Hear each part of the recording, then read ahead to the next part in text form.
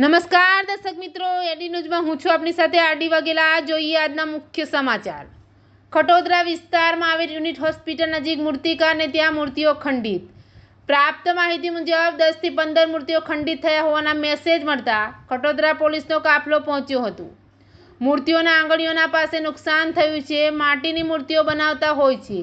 ભેજવાળું વાતાવરણ અથવા મૂર્તિઓ નજીક હોવાના કારણે હજારો લોકો મૂર્તિઓ જોવા આવતા હાથ લાગ્યો હોઈ શકે છે, પરંતુ ખટોદરા પોલીસ દ્વારા ઊંડાણપૂર્વક તપાસ કરવામાં આવતા પ્રાથમિક તપાસમાં કોઈ ઇરાદાપૂર્વક કોઈ નુકસાન કરવામાં આવ્યું નથી તેવું જણાઈ આવેલ છે। એડીની સાથે બ્યુરો ચીફ સુનિલ ગાંજાવાલા, સુરત। ये मूर्ति यहाँ पे थी आगे इधर ही थी सब। पहले इधर ही थी, यहाँ से किसी ने तोड़ा है। दोपहर को कोई रहता नहीं है ना। ये कितनी मूर्ति होगी?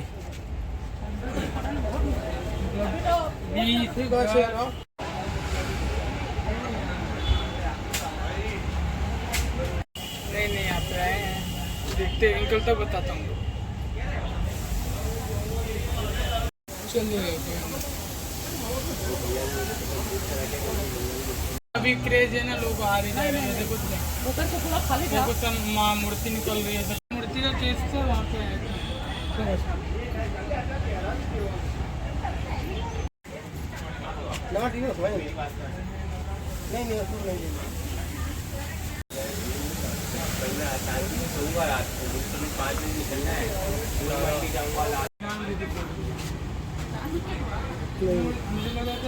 अच्छा कौन जी सर, मैं मूर्ति करती जવાનો મુદ્દા શું છે બનાવ?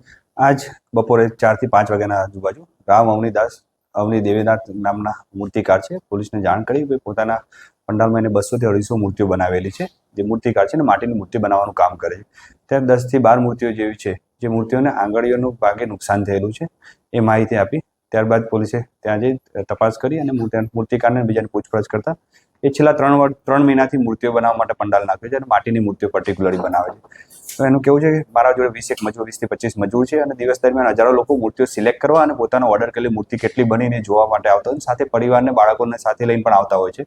માટીની મૂર્તિઓ છે ભેજવાળું વાતાવરણ, જેના કારણે આંગળીનો ભાગ એ સોફ્ટ ભાગ છે જે સામાન્ય ટચ કરવાથી અથવા કોઈ નાની મોટી મૂર્તિઓ મારતી બહારની ઓર્ડરની મૂર્તિઓ બહાર કાઢતા હોય એ દરમિયાન બી એને નુકસાન થઈ ગયેલાનું જણાઈ આવે છે।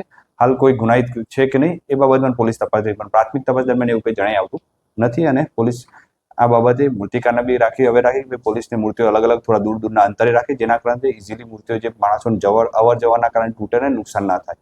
સર, મૂર્તિકારે આપને શું જણાવ્યું? મૂર્તિકારે એને પોતાને ખ્યાલ નથી કે કેવી રીતે તૂટેલ છે, એટલે એને એ બાબતે એને પૂછતા એવી શક્યતા ખરી કે સાહેબ મૂર્તિ માટીની મૂર્તિ છે અને ભેજવાળું વાતાવરણ છે, સામાન્ય ટચમાં પણ તૂટી જાય છે અને જ્યાં મૂર્તિઓ ગોઠવી છે નજીક એકદમ ટૂંકા પેસેજમાં ગોઠવેલી છે, જેના કારણે જે લોકો જોવા આવે છે પોતાના ઓર્ડરની મૂર્તિઓ લેવા આવે છે અને સાથે બાળકોનો પરિવાર બી આવતો છે, કોઈકના હાથ અને નીકળતા મૂર્તિ બહાર કાઢતા હોય એ દરમિયાન બી મૂર્તિના સામાન્ય ભાગ અડી જવાથી પણ આવું નુકસાન થઈ જવાની શક્યતા રહેલી છે। લોકોને અપીલ કરીએ છીએ કે જે લોકો અમુક સોશિયલ મીડિયા પેજ ઉપર અથવા અમુક જગ્યાએ કોઈ ઇરાદાપૂર્વક તોડેલી એ રીતની અફવા ચાલે પણ એના ઉપર ધ્યાન ના રાખવું। પોલીસની પ્રાથમિક તપાસ દરમિયાન આવું કોઈ પણ જણાઈ આવેલું નથી। લોંગ ટાઈમથી મૂર્તિ લેવા હજારો લોકો આવતા હોય, માટીની મૂર્તિઓ છે અને ટૂંકા પેસેજમાં ગોઠવેલી મૂર્તિઓ છે, જેના કારણે આવો બનાવ બનાવવાની શક્યતા પોલીસને હાલ દેખાઈ આવે છે।